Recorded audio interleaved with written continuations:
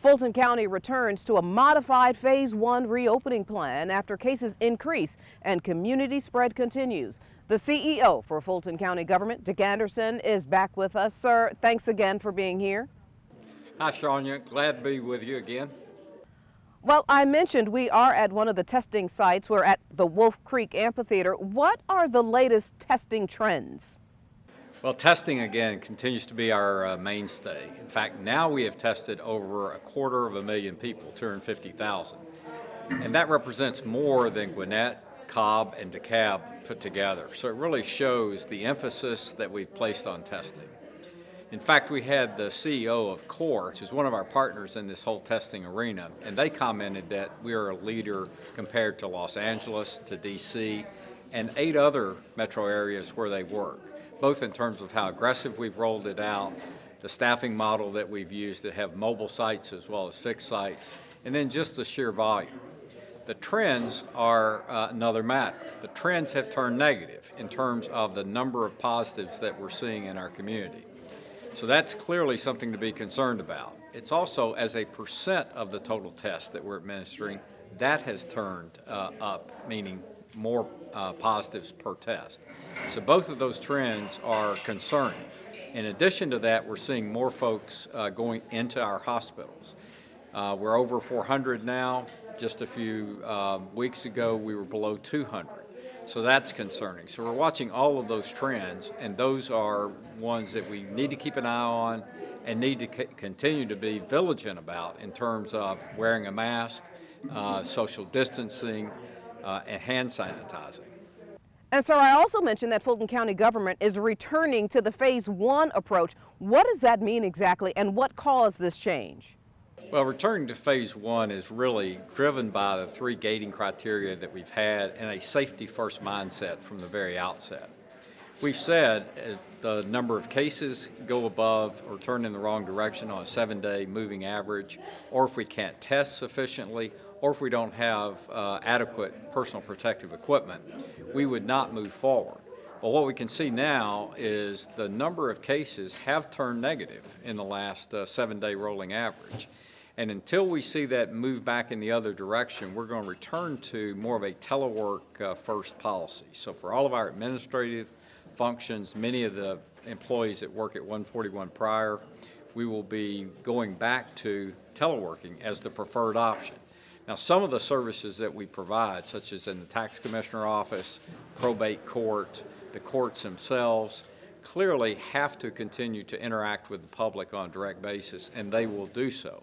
However, we're even looking there at additional protocols to follow in terms of potentially appointments, as well as any changes in rule or law that would allow the public to only interact with us on a remote basis. Of course, we've discussed before the use of our kiosk in the tax commissioner's office has been a real innovation, and now over 60% of the transactions are done either online or through the kiosk. So that's been hugely helpful.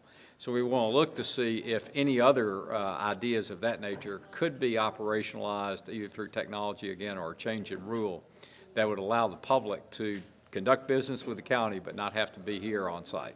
And let's talk now about the safety protocols Fulton is following. Yes, we continue to emphasize safety protocols when coming to our facilities. You are required to wear a mask, both as an employee as well as a citizen. We do temperature screening at each one of our entrances. As well as that, we have placed the markers on the floor to remind everyone to stay 6 feet apart. So those things continue to be reinforced, and I think they're very helpful, and I think it makes our employees feel more comfortable, and I think it makes the citizen feel more comfortable. If you come here and you don't have a mask, we can provide you a mask as a citizen that needs to be here and needs to conduct business. And Mr. Anderson, let's shift gears a little bit to the funds received by the federal government to respond directly to the COVID-19 crisis.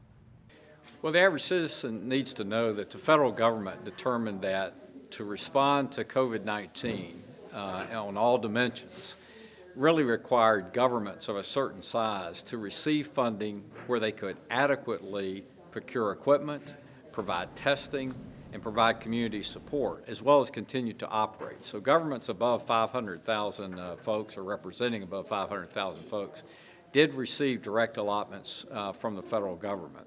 In the case of Fulton County, that was $104 million. So at the midpoint of the year, we have either already expensed or allocated about 90% of that funding.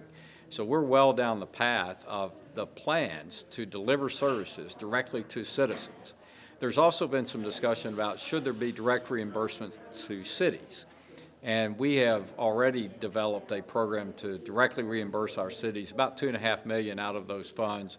But in addition to that, all of the services that we're delivering, whether it's testing for citizens or personal protective equipment that will flow to the cities, are meant to benefit our municipalities and their citizens through the administration of these funds. So in fact, we showed our board about 60 to 62 million in those kinds of services that will be delivered. So I'm pretty confident that we have the scale, we have a good plan, and this is the way to respond most effectively to COVID-19 is for a government of our size and of our scope to administer those funds. And by the way, they have to be administered by 12/31 of this year. So having them either already expensed or planned for at mid-year is a good fact. And again, now it's mainly execution over the last 6 months of the year. And the Board of Commissioners is meeting just once this month. Any initiatives of note from the July meeting? Yes, we were excited to discuss a new initiative around training. This is for workers who have been displaced, perhaps from the service industry, and it would really be focused on digital literacy. So it's things like PowerPoint presentations or Microsoft Office. And as we looked across the landscape, there are a number of jobs open in Fulton County. Many of those jobs, though, require some level of digital literacy or understanding those computer programs. So working with partners like Atlanta Technical or others, we will design a program that really is focused on closing that gap. And the goal of that is to have 2,500 to 3,000 folks come out at the other side of that fully capable of filling some of those jobs. So we're excited to do that. It'll be a $5 million investment on behalf of the county.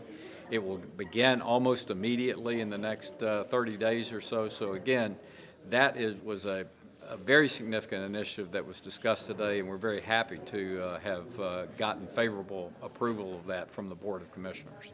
And of course, we always like to get your final thoughts. Well, my final thoughts are that we're concerned about the trends as they exist. I'm not sure if it's a combination of Memorial Day, the protest, or reopening of the economy, or perhaps all of the above. But certainly we're concerned about what we see. Now, it's not just in Fulton County. It's in Georgia. It's in the nation. And you don't have to look very far to South Carolina or Alabama or Texas or Florida to see some of the same results. But that doesn't say that we cannot continue to focus on the right things, continue to push the right agenda. In fact, we are now advertising aggressively in terms of these very messages relative to getting testing, executing social distancing, wearing a mask. And again, those combination of things will help us reverse these trends back. And it really is, we are all in this together is the message. And we hope that by taking all those actions and doing the right things, that we will see the virus abate, but more importantly, that we avert both illness, but most importantly, death among our citizens. So that is not only our final thought, it's our all-consuming thought. CEO Dick Anderson, we certainly appreciate you always making time for us. Thank you again, Shania, for having me. I know this is somewhat of a sobering message, but again, it's the reality, and we've got to deal with the cards that we see in front of us, and I think we have a good plan, and we continue to execute very effectively in Fulton County.